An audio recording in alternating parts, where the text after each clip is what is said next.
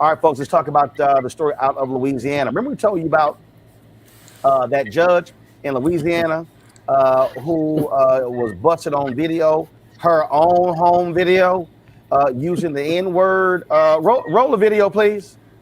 Y'all have it? Oh, shit. Mom goes, why are the lights to your When I pull on? up in the whip, they be saying, God damn. Like, why are your lights on? They're like, pull up.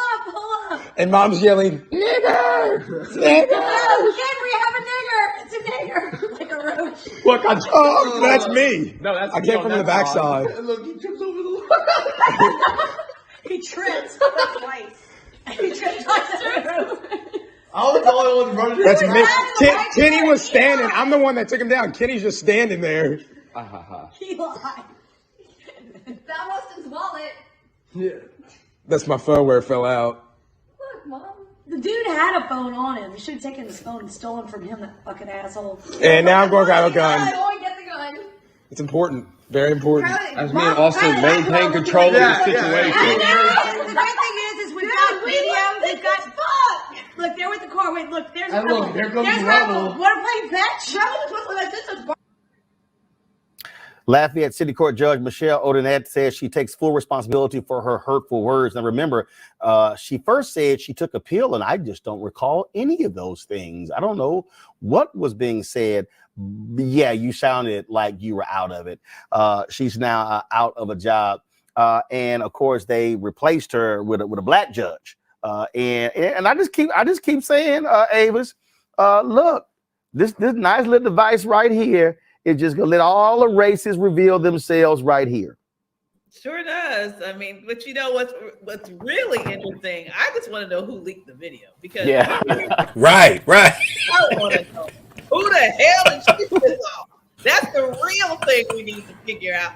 But the reality is here, though, that we got to look inside the sort of the quiet conversations that are had, not in public view. And the sad situation is, we know people are like this all over the place. But as a judge, you know, what sorts of things are going through her mind when she sees Black people in front of her?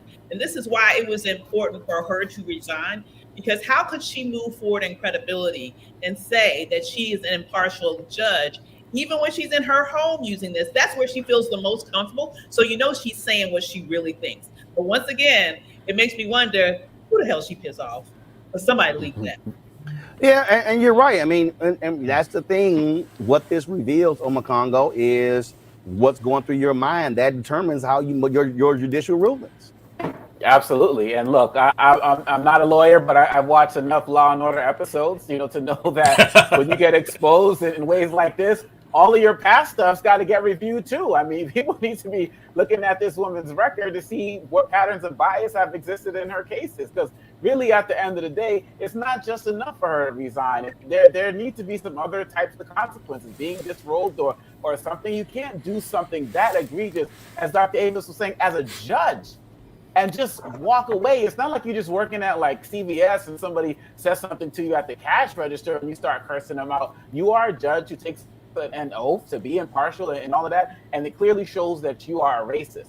So there needs to be a deeper investigation into her past cases to see where biases are. And to be quite honest, she should face penalties in terms of being disrobed and not have the opportunity to practice in any way, shape, or form. Because I don't know how it works with judges, but we see it with enough police officers who do something racist, or do something extremely inappropriate, and they resign, and then they go right down the street and work somewhere else? Is she going to move to another county and be a judge there as well? That shouldn't be allowed. And I'm just glad that whoever she pissed off let the world know who she really is. So thank you. Jeff is all about, again, snatching that law license. That's the key. Well, that's the big key. And I triple down on what Dr. Avis and Brother Omekongo said. You also need to check your friend circle, because, baby girl, somebody ratted you out badly. You must have done, I don't know what you did, but they put you out there. I'm kind of glad when I see incidents like this happen. Ice Cube had an album, Death Certificate, and one of the songs begins with, "Here's what they think about you. Here's what they think about you." It's good to know what people think. And it's good to catch them in spaces where they feel comfortable saying something. To the credit of the person who shared, they may very well be, not to presume too much, but they may be very well one of the white allies that we talk about. And we talk about, hey, what can we do behind closed doors? And one of the things that the late Dr. Francis Cress Welsing used to say is that if you're white and you want to help make a change, you've got to tell black people and other people what is said in the room when there are no other black people there. So if you're in there, you got to do that. So this may very well be a case of that. We also have to see what the real long-term consequence is going to be. It was brought up that you got to review her caseload. You got to look at her decisions. You got to see how race and sentencing could have been a very well a factor. It's got to hurt her in her pocketbook at some point. She's embarrassed. She's frustrated. She's used all of these terms, but she actually did it. Nobody takes a pill that makes them do something that egregious and that inside. I'm just saying, I hadn't seen a pill like that. I've seen a pill that make you sleepy. I've seen pills that make you honest. I've counseled people through situations where they had a little bit too much to drink and they said what was really on their mind because their prefrontal cortex had shut down. But the reality is that's a powerful pill. That's a pill called white supremacy, and there must be some secret underground where that thing is being manufactured and dropped in drinks with 200 million people at a time. I don't know what it is. The other thing that could happen is, I think about a year ago, there was a country singer named Morgan Wallen, and this issue happened here out of Nashville. He got caught on a security camera using the word. He was drunk and he was just going in. He got caught. The consequence for him was he had to apologize. He did an Instagram video. The record label did not fully drop him. They suspended him at the time. Country radio stopped playing all of his tunes, and there was a talk about giving $100,000, I think, to the NAACP. But guess what happened? Yeah, there were like 8 groups he was supposed to give money to. I think Evans only gave 1. I think he only gave 1, right? So we see this, but look at the other side. This wouldn't have hurt him because he was punished. His fans responded. So his digital album sales went up 1,220%, and his album sales went 327% in an increase just because of the incident. He had to get online and tell his fans to stop defending him. So this tells you about, when we talk about that term, we use that term, your vibe attracts your tribe. What do you do with the fallout that comes from other people who say, I'm just going to make sure before I put on my robe that I'm going to check my squad to make sure nobody's recording this before I say what I truly say, before I go into that classroom. Well, she gone. She gone. All right, Roland, you could do some diversity training with her, brother. One-on-one. Nah, hell no. Nah. She needed business from hashtag team. She needed business from hashtag team whip that ass. That's it. All right, y'all. All right, folks, back to our Roadmark Unfiltered video in just one moment.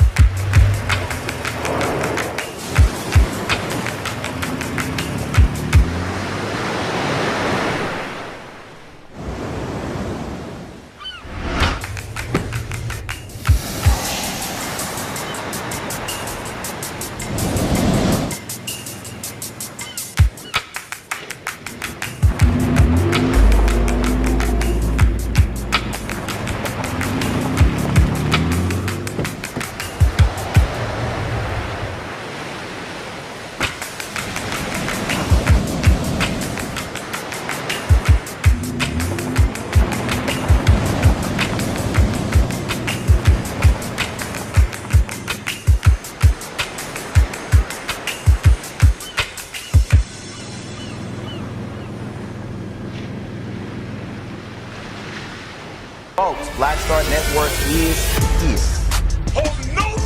I'm real revolutionary right now. Support this man, Black Media. He makes sure that our stories are told. Thank you for being the voice of Black America, Roland. Stay black. I love y'all. All momentum we have now, we have to keep this going. The video looks phenomenal. See, there's a difference between Black Star Network and Black-owned media and something like CNN. You can't be Black-owned media and be scared. It's time to be smart. Bring your eyeballs home.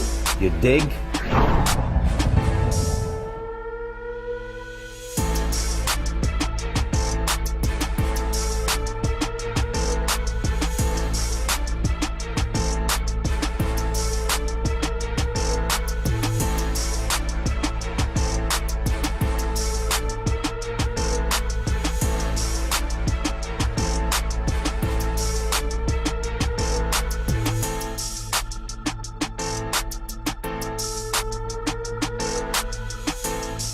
Speaking of ass whippings, I always enjoy watching the sheer stupidity of two people, Donald Trump and Candace Owens, together. But it was quite hilarious to watch this idiot Candace Owens interview Donald Trump, and even he have to smack down her stupidity when it comes to the vaccine. Y'all know I don't give a damn about Candace Owens. I think she's one of the dumbest people you've ever seen in the world. She's a grifter. And matter of fact, her stupidity is only matched by the stupidity of Donald Trump. And so let's just call this segment the Stuck on Stupid segment. And so we got to get a kick out of watching these two idiots talk to each other. Y'all, listen to this exchange. Terms of big pharma, which is a huge topic on the minds of mothers, especially. You're seeing what's happening at these school board meetings. Where do you stand on these vaccine mandates? And obviously, I know that you are pro-vaccine. Obviously, you did everything you could to get this vaccine out. I know it was one of the greatest achievements. We did it in less than 9 months, and to be able to do that. Yeah, but now it's taken a twist, right? It's gotten, now we went from this is a good thing and people should have this option to military men, you're going to have to resign because you're not getting this vaccine. Where do you stand on that? Well, I stand on, forget about the mandates, that people have to have their freedom, but at the same time, the vaccine was one of the greatest achievements of mankind. We would have had a 1917, remember the Spanish flu, killed perhaps 100 million people. Actually, it ended the First World War because the soldiers were so, a lot of people don't know that. The soldiers got so sick. It was a terrible thing. There were no vaccines. There was no anything. I came up with a vaccine, with 3 vaccines. All are very, very good. Came up with 3 of them in less than 9 months. It was supposed to take 5 to 12 years.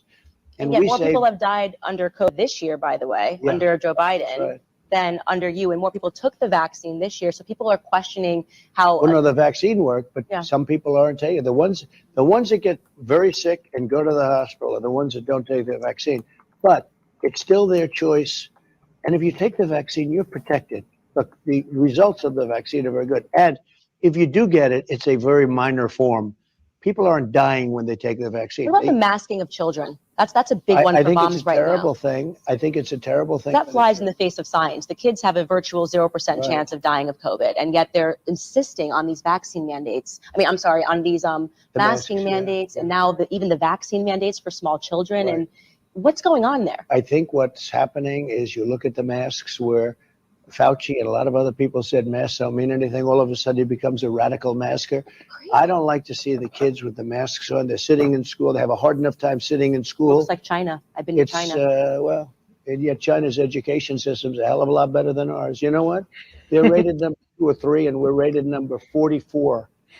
But masking children, I mean, it's bad. The way it looks, right? It doesn't look like a free country. I'm against it. Reese, you got to enjoy that idiot.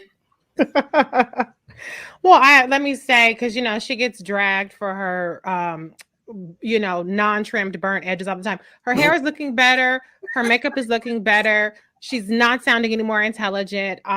It's bad when Trump is the one who make a little bit more damn sense. I mean, he was talking about how China has a better education system, how the vaccine is the greatest thing.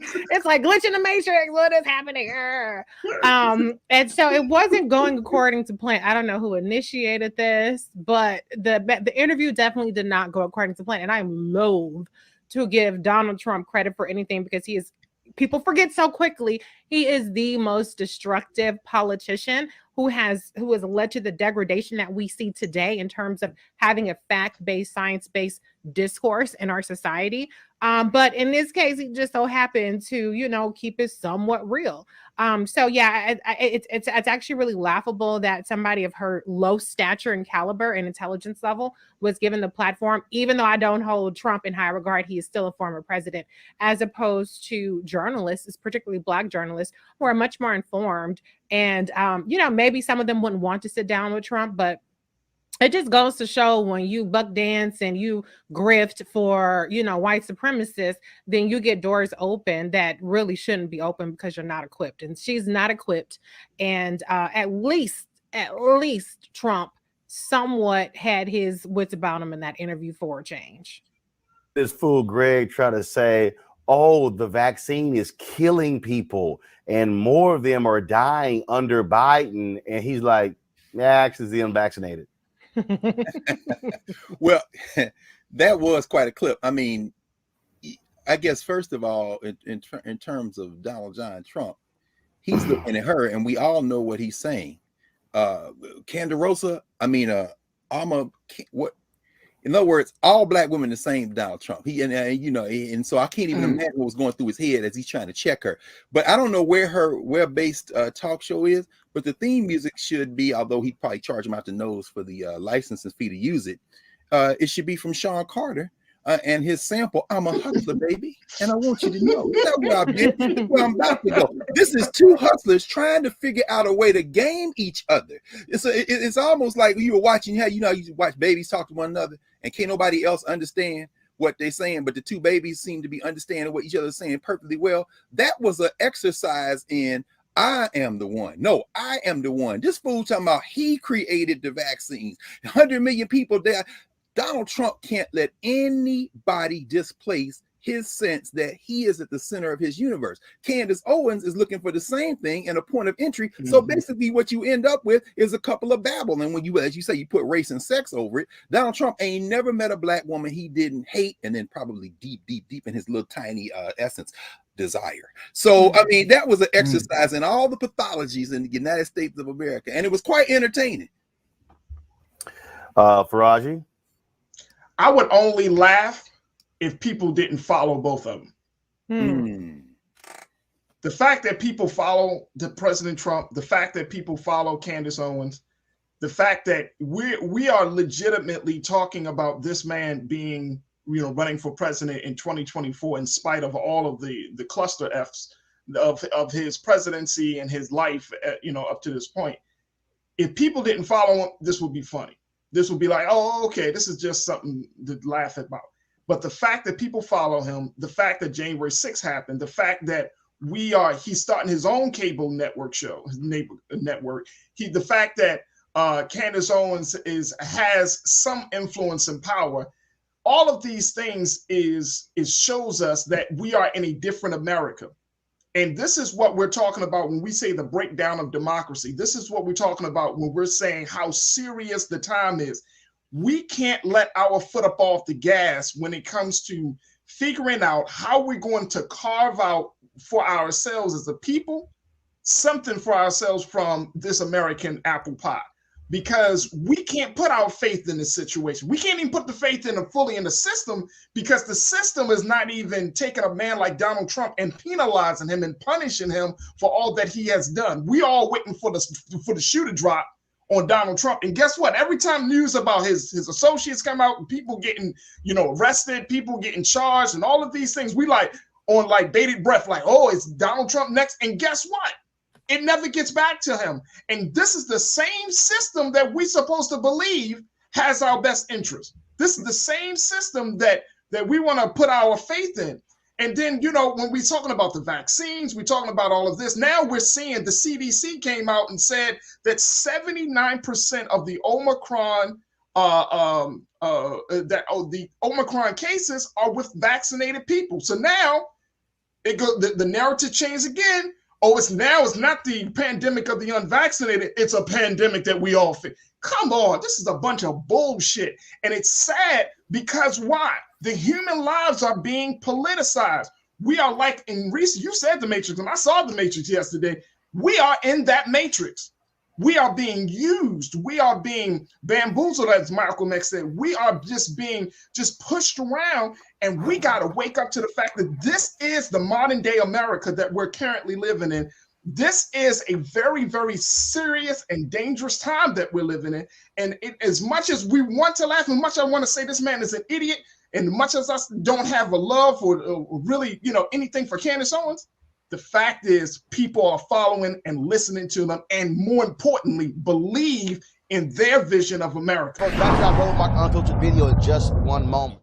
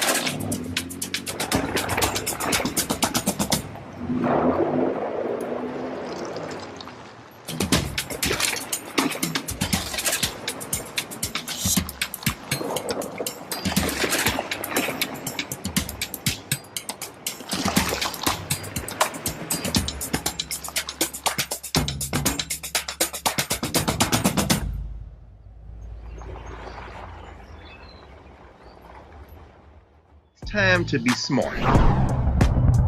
Roland Martin's doing this every day. Oh, no punches! Thank you, Roland Martin, for always giving voice to the issues. Look for Roland Martin in the whirlwind, to quote Marcus Garvey again. The video looks phenomenal, so I'm really excited to see it on my big screen. Support this man, Black Media. He makes sure that our stories are told. See, this difference between Black Star Network and Black-owned media and something like CNN. I got to defer to the brilliance of Dr. Carr and to the brilliance of the Black Star Network. I am rolling with Roland all the way. Honored to be on a show that you own. A black man owns the show. Folks, Black Star Network is here. I'm real revolutionary right now.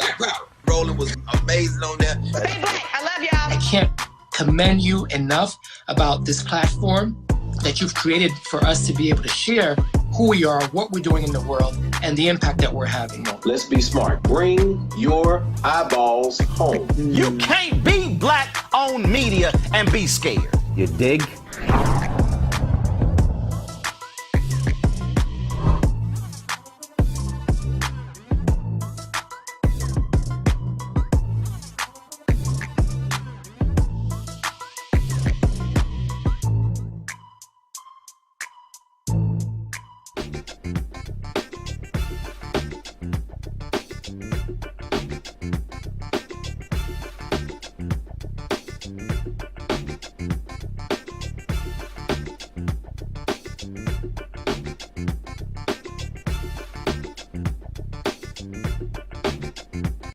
I'm trying my best not to smack Herschel Walker, but it is a little hard for me not to do so.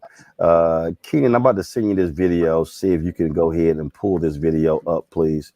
I want to, because there's some audio that I want to play. So Herschel Walker, of course, is running for the United States Senate in Georgia. And if he wins the primary, he'll be facing, of course, Senator Raphael Warnock, Pastor Raphael Warnock. Well, internal polling came out today showing Walker at 49-48. Conservative Eric Erickson said that if your internal polling showing you at 49-48, that ain't good for you in a state with Biden having 55% disapproval numbers. So can you let me know if you can pull that up? I got to show y'all because first of all, Herschel Walker is not the brightest bulb in a dark room. I mean, he ain't bright at all, y'all, at all. So he was doing a radio interview, He was doing a radio interview, y'all, where they were talking about the John Lewis Act. Okay. Now, prior to Congressman John Lewis passing away, he literally wrote the voting law. So Herschel Walker was asked about this law. And Keen, if you can go ahead and pull that up, I want y'all to hear what one of the dumbest people you've ever heard. If you think his son is dumb, you see exactly where his son got it from. Keenan, go ahead and play it. Raphael Warnock doesn't talk about inflation. He doesn't talk about the price of gas. He doesn't talk about supply chain disruption or anything of that nature. But he brings up voting rights, the John Lewis voting rights bill. What do you say about Raphael Warnock trying to push this during this time to try to what I call federalize elections? You know what's sad about that, you know, to use the name of a great man to bring up something that is so bad, I think is terrible to do. You know, Senator Lewis is one of the greatest senators that's ever been, and for African American, that was absolutely incredible. I think for them to throw his name on a bill of the voting rights, I think is a shame. First of all, you know, when you look at the bill, it just doesn't fit what John Lewis stood for, and I think they know that. And I think that is sad for them to do this to him. And let's go to the voting rights. People want to talk about voting. First of all, you want to get people to vote if they're legal to vote. You want to try to encourage people to vote. That's the most precious thing that you have. Not encourage, but encourage. And what I mean by that is you get things done now. Don't talk about it after or talk about it during, but get it done right now. If no one is not legal to vote, why don't we go in and get the IDs, get everything done right now instead of waiting until it's time to vote and start talking about it? We shouldn't. And, you know, and I think that's what people got to remember. I just want y'all to hear for y'allself, because sometimes you just got to go ahead and let dumb be dumb. What he said here, Robert, was I don't really think the John Lewis Act is what John Lewis stood for.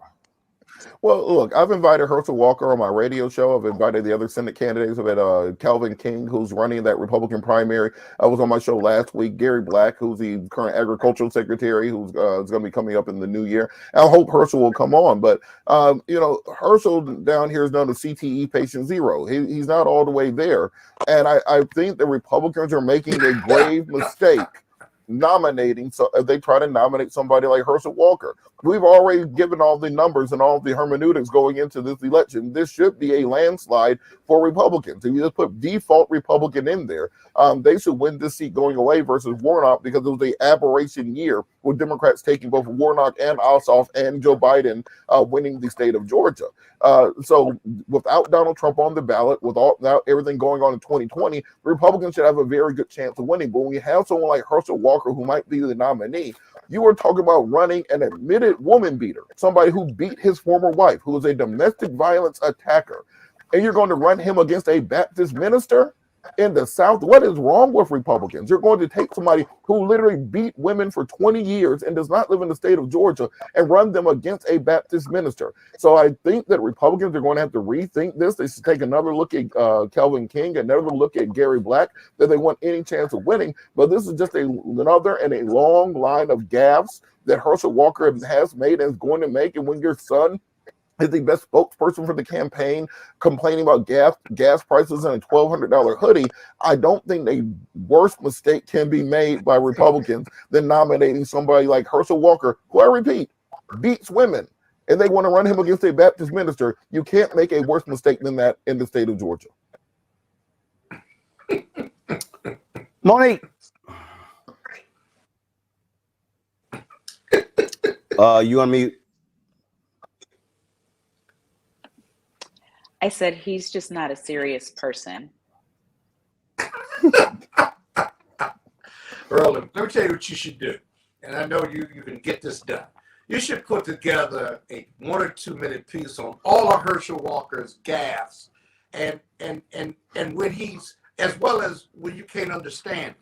I can't really understand it. I don't know what his language is. So he doesn't have to be bright, but he got to be able to communicate. Not just every time I've heard him, I can't put a string of English sentences together, or the King's English or the Queen's English. So I'm not sure what to think. I wish he had the video so I could hear it, but in any event, I don't know.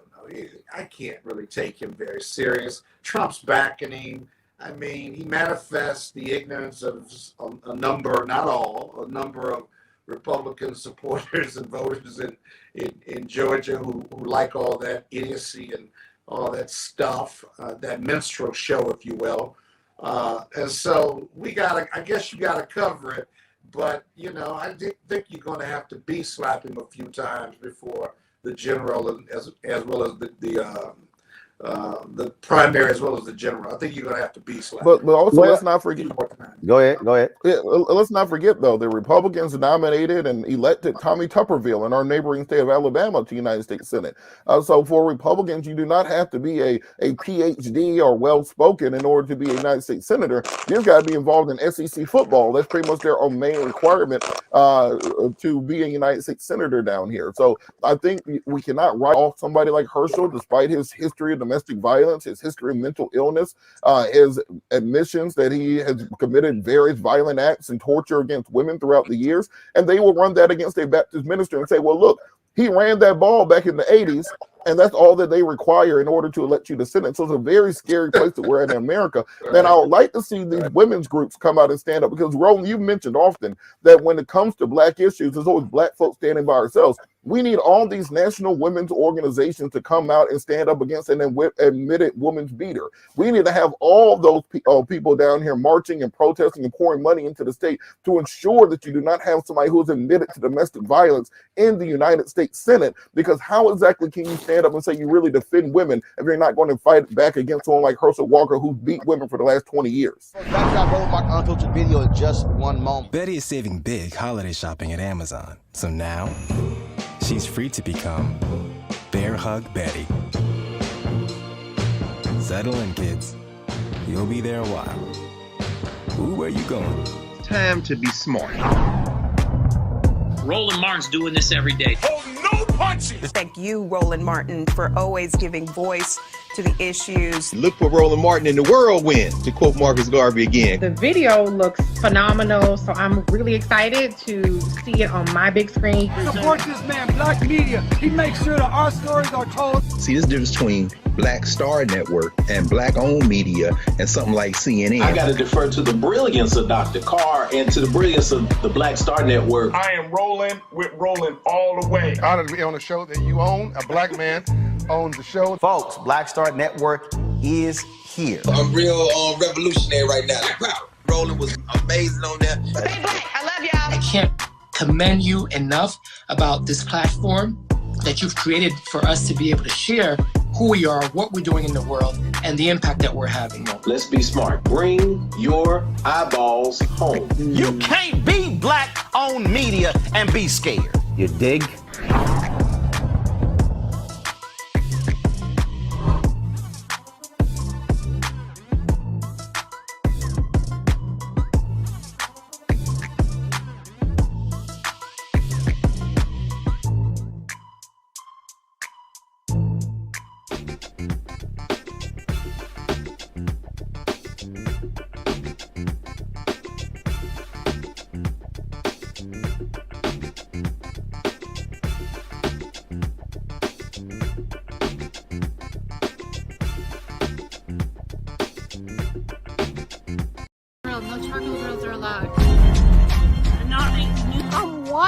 I got you, girl.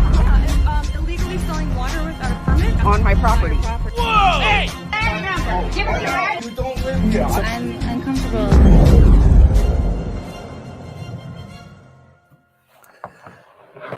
All right, folks. So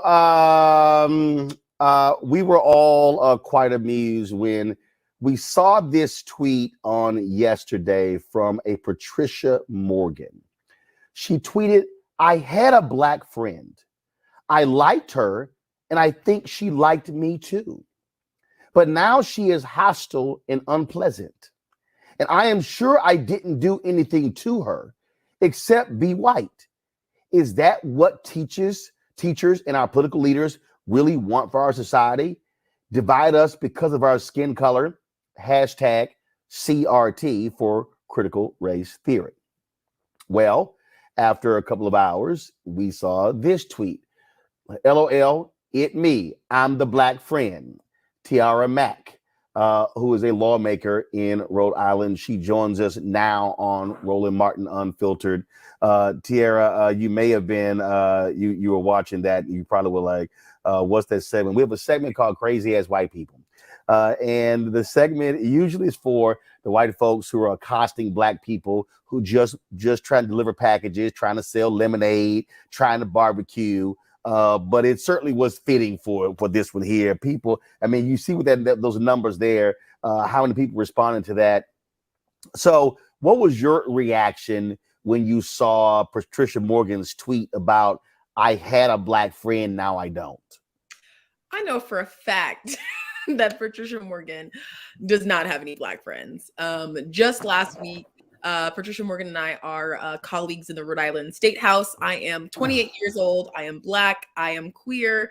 And last week I had tweeted that I would not be restarting my student loan payments shortly before President Biden extended the deferment of student loan payments until May of next year.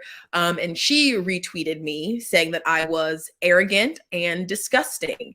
And this is a colleague that I have not had the pleasure of meeting in the Rhode Island State House yet, but I do know that she is one of our more colorful colleagues, known for her white supremacist ideas, including anti-immigrant sentiments, anti-refugee sentiments, anti-black sentiments, anti-LGBTQ sentiments. And so having had just had this interaction with her as a black woman last week, I thought it would be funny to say that I was the black friend, knowing full and well that because of who Rep. Patricia Morgan is and the ideas that she holds, that no black person is claiming her as a friend. The thing that she also apparently has sponsored a critical race theory bill.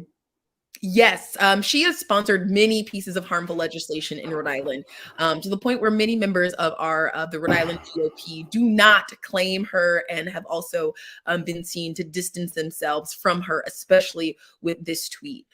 She was, I think, hoping to activate her base or sensationalize anti-CRT legislation.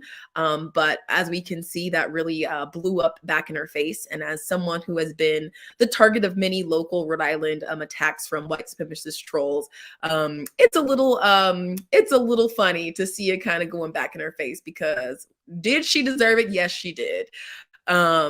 Especially when the day before my birthday, she fixed her fingers to type that I was arrogant and disgusting on Twitter. So I think this is a wake-up call to folks that Black Twitter will always come through for its homies.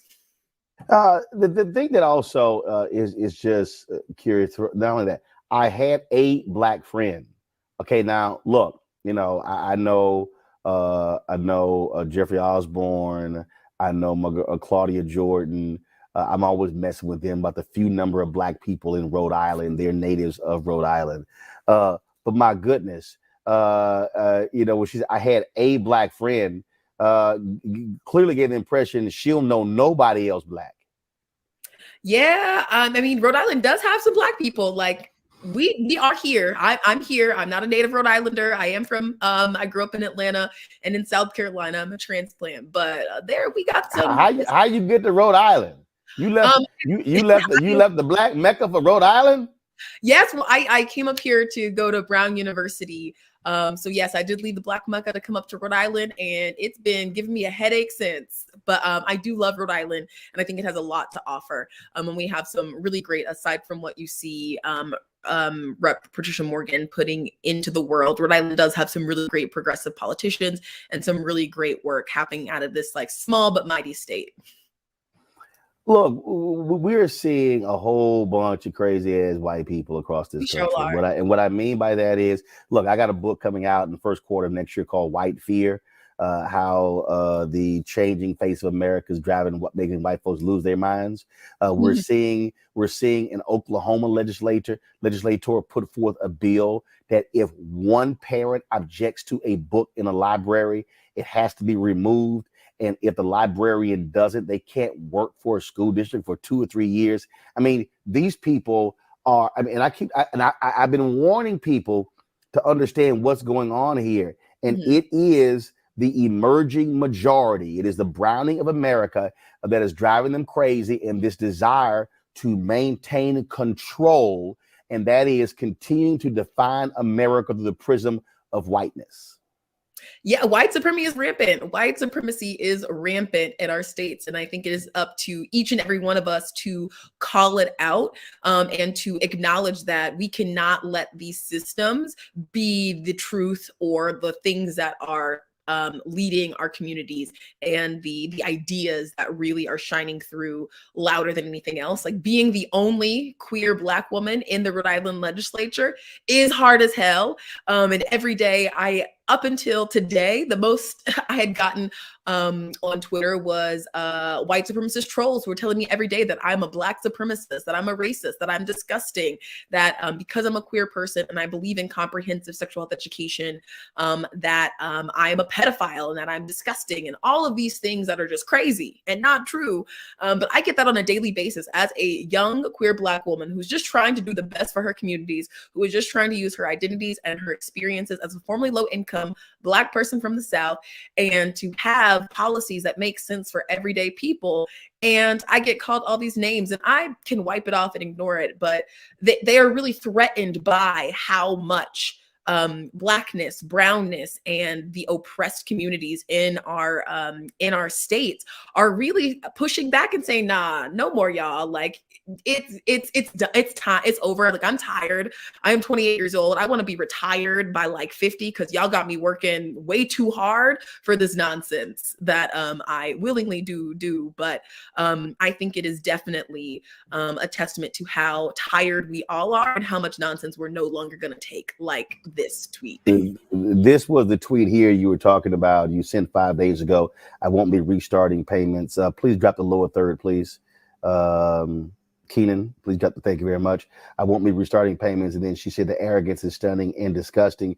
But here's what I find to be interesting here, Representative Mack. It's a whole bunch of banks that did not repay money.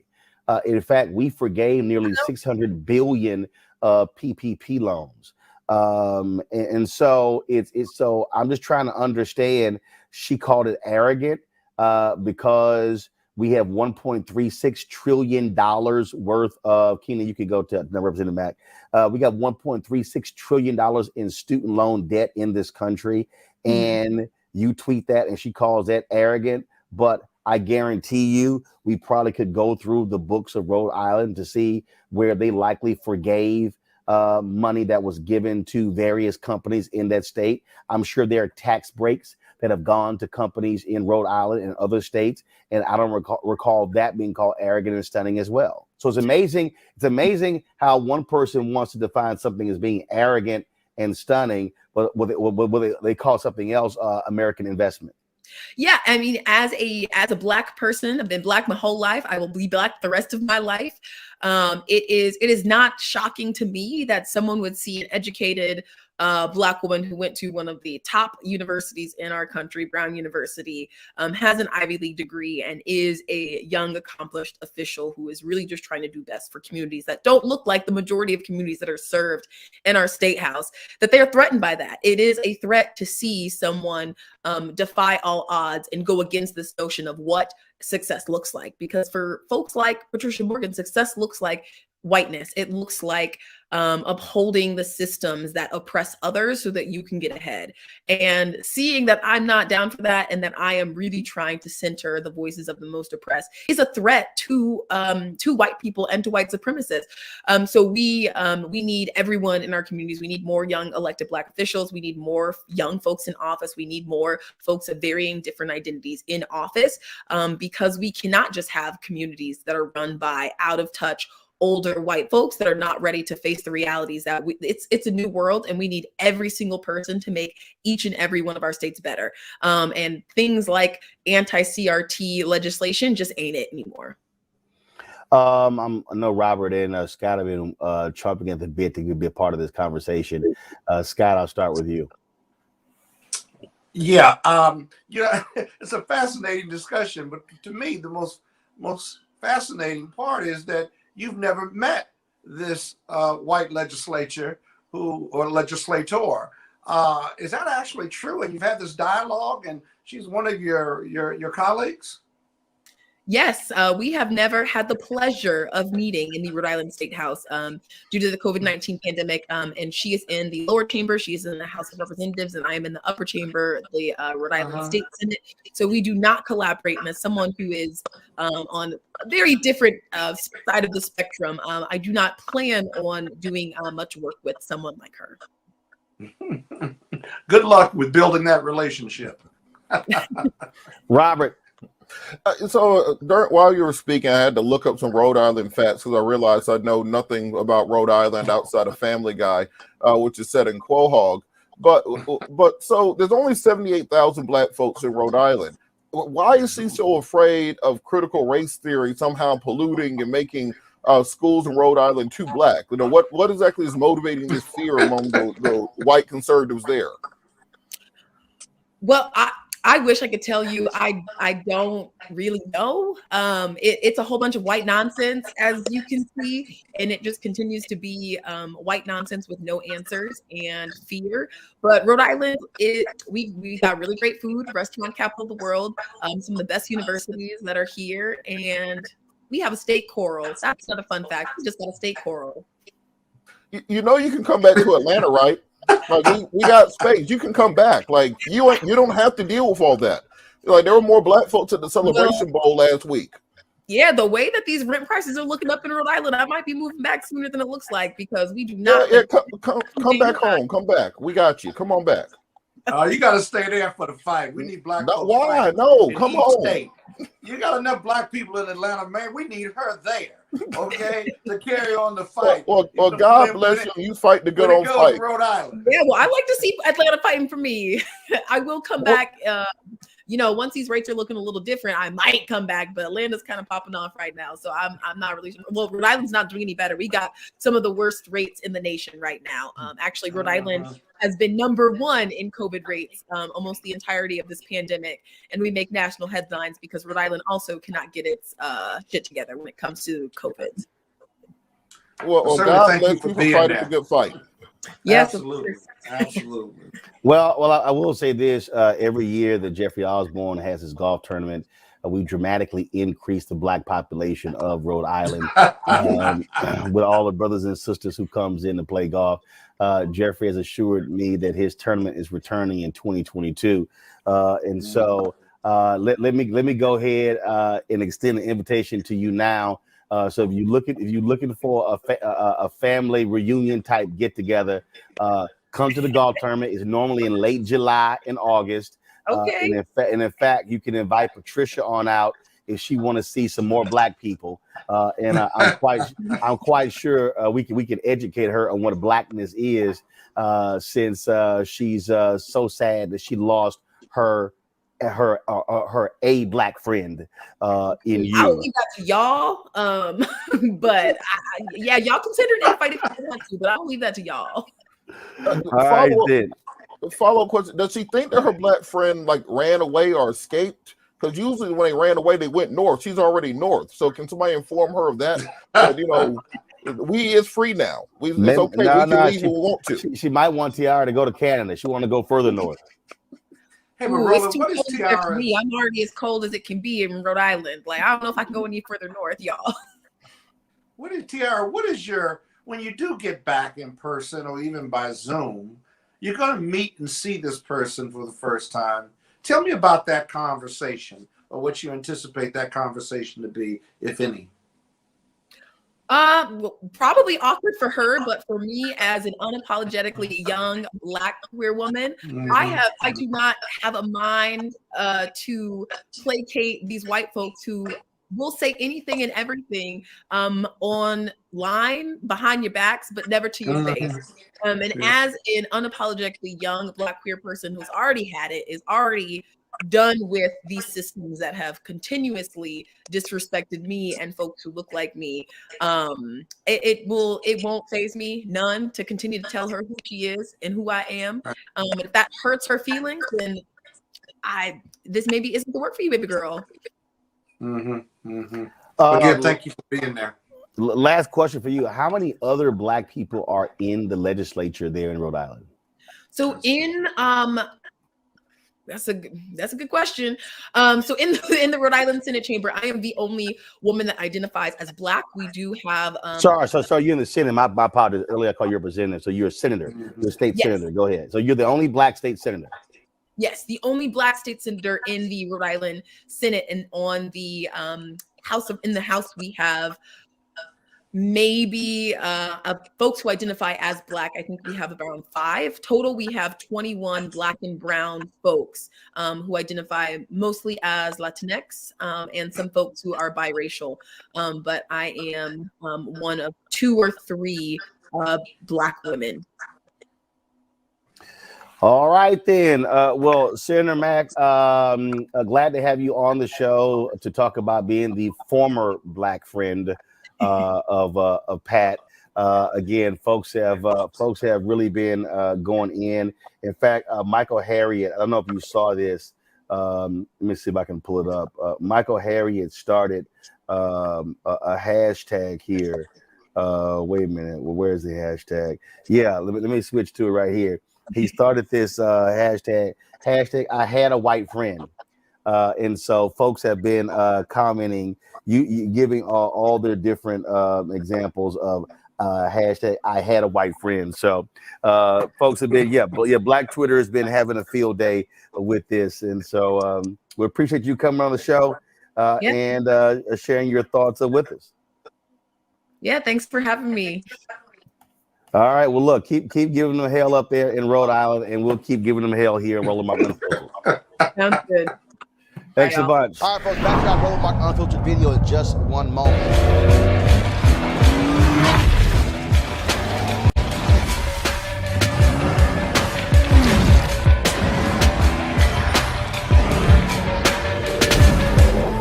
Folks, Black Star Network is here.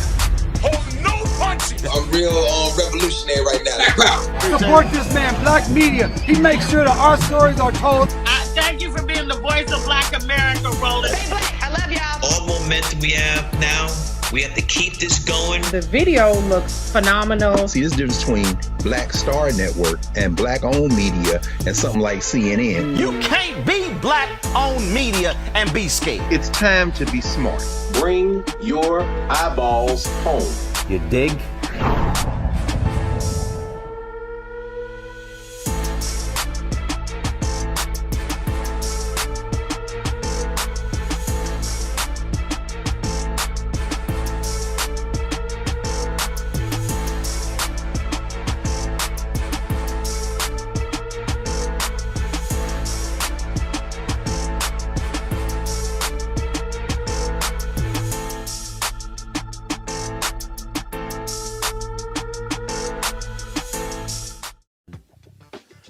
All right, folks, welcome back to Rolling Mark Unfiltered on the Black Star Network. So you see me wearing my Jack Yates Lions shirt, and so I just want you to understand that I went to the Yates Magnet School of Communication. This is where everything got started, and so I figured with today, I wanted to represent my high school again. That's where it all began when I was 14.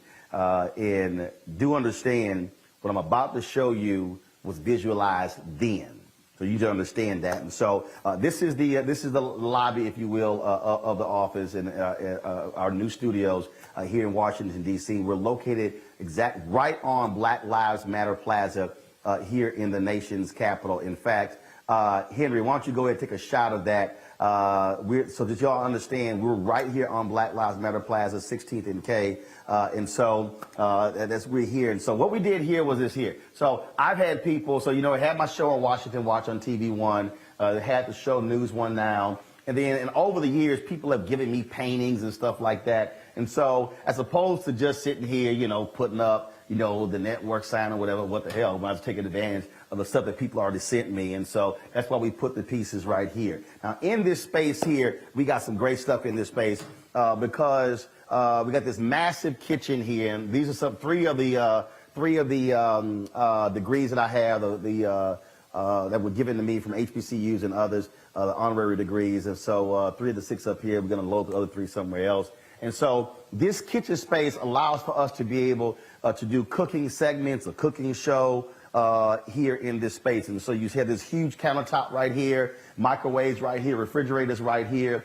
And so we're able to bring cameras in here and be able to do cooking segments or even a cooking show for the Black Star Network in this particular space and showcase it. I'm already talking to a chef and we're developing his show. I'm going to tell you later who that's going to be, but trust me, it's some great stuff. When we bring guests back in, when we have a special shows, we can have our guests sitting in here watching our programming going on in this space right here, sort of why we have it here. And so let's go to the rest of the office. So what we did was we put LED lighting all throughout the hallways and everything to be able to give it lots of color. I got tons of awards, and so we got a bunch of the awards here on the shelves here, down the hallway here. And then, of course, you're coming down here. And so same thing. So you see the different lights that we have, different color lights. And so we come into the main area of our room. Now, here's the deal. Y'all see right here, this is the set that you always see on television when I'm on. Of course, this right here, this was an art piece that was given to me by an artist in Sacramento. So we loaded that piece right there. We've got other awards and stuff over here. But let me show you this here.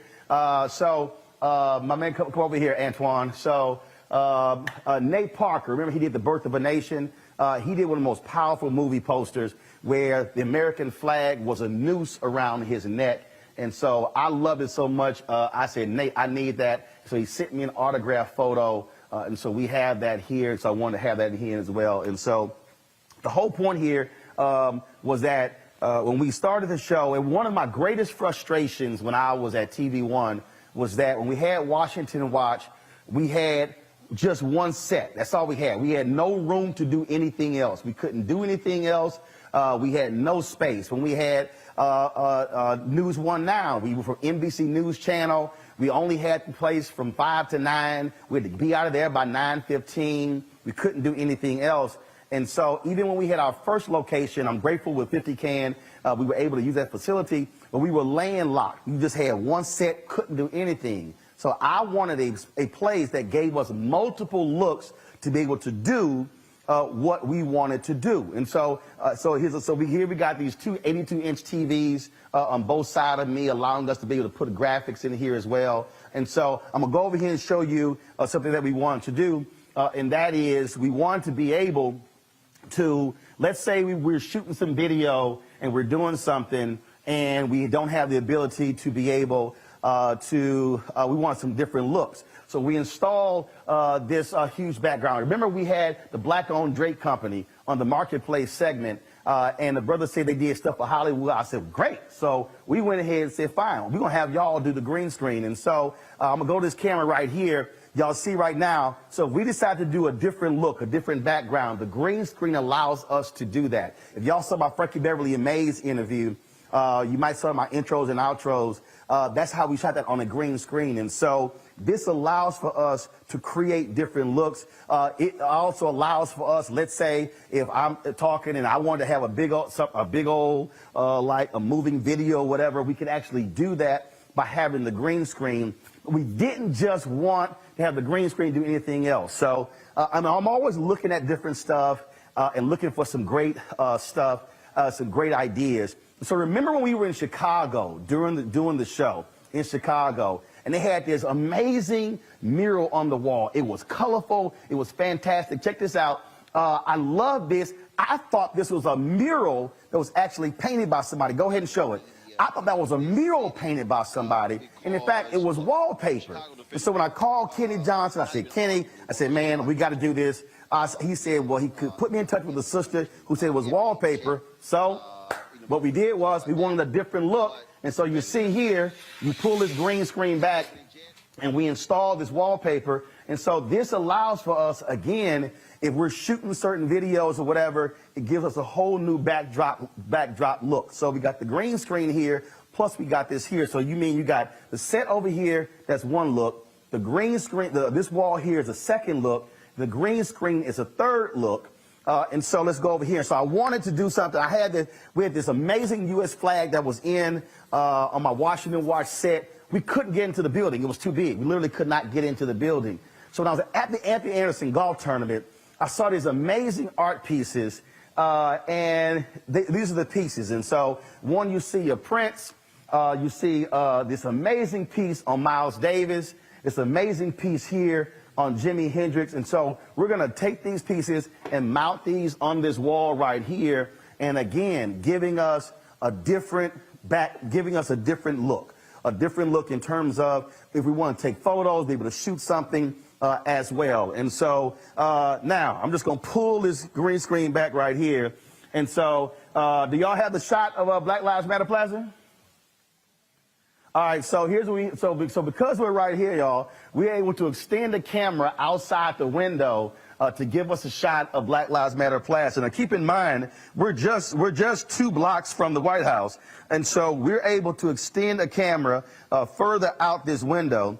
And so if we want to take a shot of the White House, we can actually do that. If we want to take a shot of what's happening down here, remember when I was down there broadcasting on the anniversary of the death of George Floyd? Well, we can actually do the same thing, and again, be able to give you a high shot, be able to give you different looks. And so, again, it's reimagining spaces and thinking about how to do different things. All right, so let's walk over here. Okay, so we have this space here, and so I knew I wanted to create something different and something that was unique, and so I said, we really need like a living room set piece. So remember we were in Atlanta a year ago in December 2020, and we were broadcasting from an Airbnb, and it was funny, it wasn't until like the last few days I was like, man, take that different look, and it was a great backdrop, and I said, we want to get the exact same thing in our space. And so that's what we did. And so we were sitting here going back and forth. And so about what we do, what's it going to look like. So I got an email on a Monday, out the blue, seriously, email out the blue. It says, Brother Martin, my name is Harlan Penn. I'm a set designer.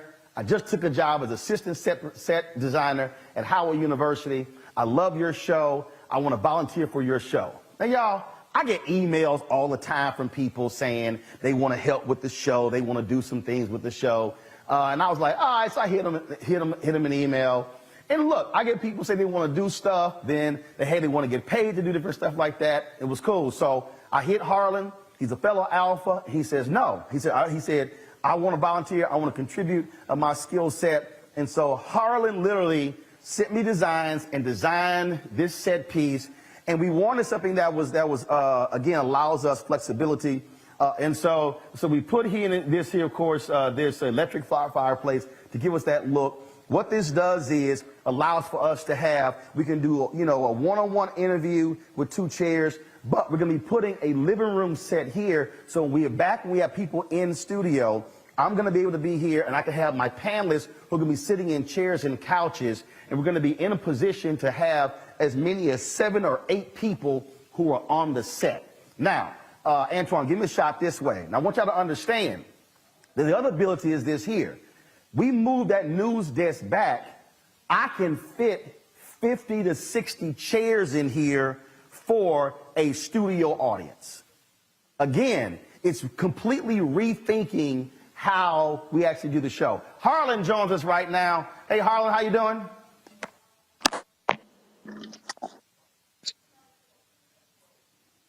I can't hear you, Harlan. Oh, I'm doing well. How are you, Brother Martin? Doing great. And so the set piece, man, looks great. And so just tell folks just what was going through your mind when you decided to put this thing together. Well, I thought about what you wanted to achieve. I thought about the space there and just how to achieve that. With low ceilings and things of that nature, there were some challenges. and I just pretty much collaborated our ideas, and this is what we came up with. And again, you just sent me an email out the blue and said you were starting teaching at Howard University. Yep. I knew I would be in the area. I followed your show for many years, and I just wanted to branch out. I was new in the community there in DC, so I said, let me just email my brother and let's see what happens. Well, Fred, I appreciate you sending that email. Man, it's a phenomenal look, a phenomenal piece. And again, once we get the furniture in here, it's going to give us an opportunity to do some different things. And folks, just so y'all know, again, it's a bunch of my awards here. Remember, I was at the YouTube Black conference. They gave us these Air Force Ones, and they wanted to design them, and so I had them do them as Roland Martin Unfiltered, these shoes here. My man Colin Kaepernick sent me those special edition Colin Kaepernick shoes. That's what these are. These are some Nike Black History Month shoes. That's when the Grambling won the 2016 national championship. That was signed by the team, and so we put the awards up here. And so again, it looks great. And so Harlan, great job, man. I appreciate you helping us. Is Dominique there? All right, so I was looking for different art pieces, y'all, and I wanted something. I wanted something that was interesting, that had color, and all of a sudden I see this piece on James Baldwin, and I was like, oh my God, that's awesome. And so I hit this sister up, and she had done this. And I was like, it was just phenomenal. And so I hit her up. I said, hey, I want this for our new studio. And so what we did was we actually got this piece right here. I loved it because I love that the cigarette, but I love the smirk on James Baldwin's face, like, yeah, I just got in your ass. Dominique, how you doing? I'm doing good, and you? All right, so Dominique, you're from San Francisco, right?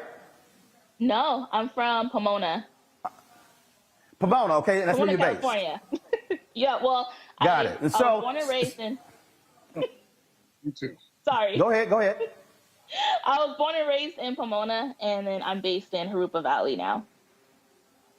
So tell us about how you did this. You did this with paint and markers on canvas? It wasn't on canvas. I ended up making that a print onto canvas. But the original was done with alcohol markers and acrylic paint. Gotcha. And again, I saw it. And so you print these on canvas, and you've been selling these as well. And so was this a photo of Baldwin, or was this your own creation? It was a reference photo that I had found. It was just in black and white, so I decided to put it in color. Well, it is phenomenal. I love it because the colors absolutely pop, and it just jumps out. And so that's why I wanted it to be a part of our new set. And so I appreciate it. Thank you so much. All right, thanks a bunch. All right, so I'm gonna come back over here because so Ange is not here, and Sophie. Okay, all right, so I'm gonna come back. I'm gonna explain to y'all the Harry Belafonte piece and the Ida B. Wells Barnett piece. So let's come back over here. And so when we did the new set last year, y'all, this was basically white, and they had some lights down here. So I was like, you know what, y'all, that's a little boring to me. I can't do that. I need some color. So we were headed. It was February. It was 1 o'clock in the morning. I was driving to Walmart, because I needed some thermals. We were going to we were going to Chicago for the NBA All-Star game. And I just called my man Leroy Campbell, and I said, Leroy, I got an idea. I don't know what you got. I don't know what could work, but I would love to put one of your art pieces on the set for some color, and I was also promote you as well. And so Leroy said, I got an idea. So he printed this out on canvas and then sent it to me. And as you see, it's Remember to Vote, Multiple Generations of African Americans. Artist Leroy Campbell joins us right now. What's up, man? What's up, big dog? How you doing, baby? Happy New Year and all that stuff, man. All good. So tell us about this piece. You know, like always, Roland, we've always been about the salvation of our people and the unity. And we've used every aspect of, our lives, from all the systems, to challenge these systems to move our needle forward So just prior to the election year, this piece meant that we were going to come together as a collective and use what we've always done as a collective to help, move forward. Because I always believe that the salvation of our people will always be about our unity. And so we've used various parts of ourselves in terms of the voting, in terms of the media. All of that has to play a role in helping us to achieve some semblance of salvation. So I want to congratulate you, because being an independent Black media is one of those accomplishments that we need to show that when we have our own and when we take charge of doing what we need to do for ourselves, we could accomplish so much. As a result, we now have, Biden and Harris. So this is an example of what we can do when we work as a collective, and you having your own media is a perfect example of why the collective is important, and the voting played a good part of that. And I wanted that piece to represent that intergenerational connection. Everybody participating, in all facets of life, nothing left, all hands on deck. And that's what this piece represents. And you called me 3 o'clock in the morning, rolling in Atlanta, and I was sleeping when you called me about that. Nah, it was 1 o'clock in the morning. It wasn't 3 o'clock in the morning. It was 1 o'clock. Calm down. But you were up. You were up. But that's all right. When you all call, right, Leroy, I do, brother. Y'all know I got several Leroy Campbell pieces in my house. And Leroy, give everybody the website to go to. Yeah, for all y'all, want you to go to Leroy Campbell Originals with an S.com to see more work, and look forward to the book that I'm writing, the memoir called Rich History, Love Story, and look for the series that I'm working on called Thriving Community. So go to Leroy Campbell Originals.com. And thank you, Roland, for being an avid supporter and collector for the Black art community. All right, Leroy, I appreciate it, man. Thanks a lot. Thank you. All right, y'all, I'm not done. I'm going to go to a break. I'm going to show you our control room. I'm going to show you these other murals that are in the office. I'm explaining to you how that came about. You're watching Roland Martin Unfiltered right here on the Black Star Network.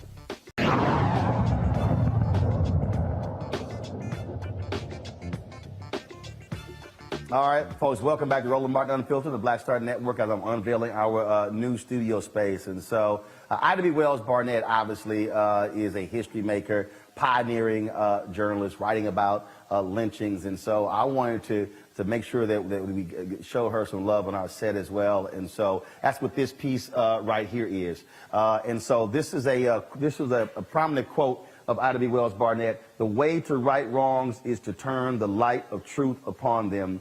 And again, I wanted something to balance off that James Baldwin piece, so it was like the color. And so I was going through my photo archives, and I came across some photos I shot at an event that Dwayne Wade's mother had at the NBA All-Star game. It was in Houston. So there was a brother who was there who was an artist, and I'm looking at the photos, and I could not remember his name. So I put it on social media. Yo, do y'all know who this brother is? And folks hit me up. They said, man, that's Ainge Hills. Hit him up. And so we corresponded. And so I had him do this Ida B. Wells piece right here. He joins us right now. What's up, Ainge? For having me. Congratulations on your new studio. Appreciate it, man. So tell us about how you do, because all your pieces have lots of color. They're very vivid. Yes, they do. It's a style, actually, that I created back in 2010. And you got a chance to see some of my pieces at Dwayne Wade's foundation. And I like using a lot of colors. It takes me a little bit, but once I'm done with it, I think everybody enjoys it. Well, absolutely. And so, I mean, the colors are fantastic. It really pops. She jumps out. And it does offer a great balance with the James Baldwin piece that Dominic did. It does. It sure does. And that was a really good selection that you picked for me. I got to do some research on her, and it's an amazing thing that she did for our culture. Oh, well, man, look, I appreciate it. Tell folks where they can see more of your art. If you go to visualpaint.com, you can see more of my artwork, and you can also go to my social media handle, which is Visual Paint. Okay. All right. Ames, thanks a lot, man. You take care and keep representing H-Town. Thank you so much, and God bless. All right, thanks a bunch. Now, folks, remember, I told y'all when you support this show, you heard Leroy talk about the collective and supporting, again, African Americans in what we do. So, these are black artists here, Harlan Penn, Black Hollywood set designer. And so I wanted to make sure that when we're spending our money, we're spending it with folks who oftentimes don't get the shot to do this. And so Zimbabwe Pool did some work for us when we first did our studio for our lighting. And so we worked with him on here. So Zimbabwe, tell us about what we had in this space to erect this type of lighting, because normally you prefer much higher ceilings and things along those lines. Absolutely. So basically, we made sure that we ordered some lights that basically accommodated your ceiling heights. So instead of getting some long, bulky kind of things, we found a company down in Texas. Is it Dallas? Yep, Dallas, that made these long kind of lights, and we saw that they had them up in different places that had these short ceilings. So that's how we came up with that. And then also, I wanted to make sure that we had color, and so our use of the LED lighting. Oh yeah, the LED lighting. This was one of your ideas. So we just came and implemented what you projected to us, and it worked out perfectly. It worked out perfectly. And obviously, so this is also the center set. And so if I wanted to do some interviews here, folks, you see that large monitor there. That monitor there shows me all the preview monitor, everything. I can turn that around. If I want to do some interviews with some people, we can actually do it with that particular monitor. And so part of the deal, which is also different, taking one big room like this and literally having to light 1, 2, 3, 4 different areas. Oh, you create challenges. But that's what I do. That's what we're here to step up to the plate and make those visions come to fruition. All right. Tell folks the name of your lighting company. My company is called The Resource Pool LLC. It's 100% black owned, and we're actually a video production company. We do permanent installs, temporary installs. We do it all, top to bottom. All right, Zimbabwe, I appreciate it, man. Oh, thanks a bunch. Thanks for the opportunity. All right, folks, and y'all see, I've been hopping around here, so you see these different pieces here. And so a few years ago, I was the MC of a gala in New York, raising money, the Justice Coalition, for which Harry Belafonte is one of the founders. He's the founder. And so this sister did this piece, this amazing piece of Mr. B. And I got mad respect for Mr. B. Of course, in terms of what he does. In fact, I'm gonna sit here and Carol, y'all come get my phone, please. Y'all come get my phone. And I meant to do this earlier. Pass it to him. I'm not sure if Mr. B is at home. So take it to him. I want to see that he's at home. So. Love Harry Belafonte. I've interviewed him many times. I've done stuff for him. And so she did this piece, and I should have bought this that night. I should have bought it that night. And so I went ahead and I said, you know what? I'm going to put him on here. And so Sophia Dawson is the artist. She did this particular piece. And then that's what we have here, the centerpiece right here. And so, Sophia, how you doing? I'm doing good. How you doing? I'm doing great. So, tell me about this Harry Belafonte piece. Yes, please. So when I did the original piece, I was working closely with his daughter, Gina, and we wanted to do a piece that would honor the legacy of his life. One thing about Harry Belafonte that's truly dear to me is, for the past 12 years almost, I've been working closely with individuals from the Black Panther, Black Liberation Movement, who have been incarcerated for their political activity from the past up until now. And whenever I go back and I look at the photos that I usually pull from for those paintings, I find pictures of Mr. B supporting different people from the cause at different moments when nobody else, especially in the entertainment world, was doing that. And his daughter has definitely taken up his legacy and continues to do that work. So that's pretty much where the piece came from for me as far as my heart posture towards it. When I saw it, I loved it. I took a photo of you in the photo, and I remembered it. And so when we were putting this thing together for the studio, I said, you know what? I said, I'm going to find her, hit her up to do 7 years something. And ago. so That was literally 7 years ago. Look, I don't forget stuff. I don't forget stuff. And I couldn't remember your name, so I sent Tamika Mallory and Carmen Perez a text saying, yo, who was the sister that did the piece on Harry Belafonte? They sent me information, and that's how we connected to commission this piece on Mr. B. So I appreciate it. Great job. Thank you so much for thinking of me and remembering me. God bless you abundantly. I appreciate it. Thanks a bunch. So, folks, and so here's the deal here. So I wanted to give Mr. B a shout. Just let him know how we're paying homage to him, in our studio here. And so I'm gonna go in here right now. So this is our control room, folks. And so remember our old studio, the monitors that were behind me. Well, that's these monitors right here, these 65-inch monitors. And so I'm showing y'all all y'all money at work. And so in here we got, of course, our switcher robotic cameras, our streamer stuff over here, all of our monitors, video playback machine, our graphics machine, with all of our phone calls and folks like that. We got graphics over there, audio's over here as well.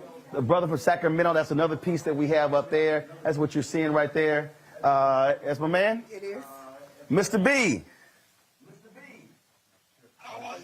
I'm doing fine, sir. I am literally on my show, showing my new studio, and I showed everybody, I'm paying homage to you, that piece that Sophia Dawson did on you at the gala 7 years ago. I commissioned her to do that piece. So a photo of you, an art piece of you, is literally above my fireplace in my show studio because I love and respect you so much, and I wanted to have that in here. Good. And so I told Gina, I said, look, we're gonna respect my man. I said, and always talk about him and work that he does. And so I just want you to know that, and that we love all that you've done and appreciate your hard work. Thank you very much, Roland. Well, I hope all is well with you, my brother. Tell the wife I said hello, and hopefully we can see each other soon. You doing good? Yeah, I feel good. All right then. Well, Mr. B, you be well, my brother. You take care. Take care. Bye. So, folks, so here you got, again, everything is run through here. Our control room, all of our phone calls and things along those lines, our videos. And we're adding a new feature. We're going to start taking phone calls, have a call in for you to be able to comment on different subjects and topics and things along those lines. That's what we're working on right now. And so we're going to be debuting that this week. Only the folks who are fan club members are going to be able to call in. That's for the first month. Hey, it's called benefits. So that's how we're working at. And so we're working at right now. So I'm going to go back out here. So let me tell you something. So I was sitting in here. I was sitting in this office. I was sitting in here. Carol and I were talking. And set was being built. Lights are being installed. We're in here. So I'm looking out over here. And I'm seeing these walls. And I'm like, okay, what can we put up in these offices? And I wanted this space to be very much like, like an art gallery type, okay? So it hit me, I said, yo, we can put up murals on these offices, on every single one of these office walls. So then I started thinking about different type of murals that we can put up on these walls. And so let me go show you what we did. And so again, stuff just pops in my head. And that's what happened. And so what we did was we came in here, and so this mural here is a mural of the First Amendment. Congress shall make no law respecting establishment of religion. So boom. That's right there, the First Amendment. So we printed that out. It's on a cotton fabric that's printing out that particular mural right there. And so we're gonna come on down here. And so this here is the nation's first black newspaper, Freedom's Journal, that was created. Y'all hear me talk all the time. The comment, we wish to plead our own cause, too long have others spoken for us.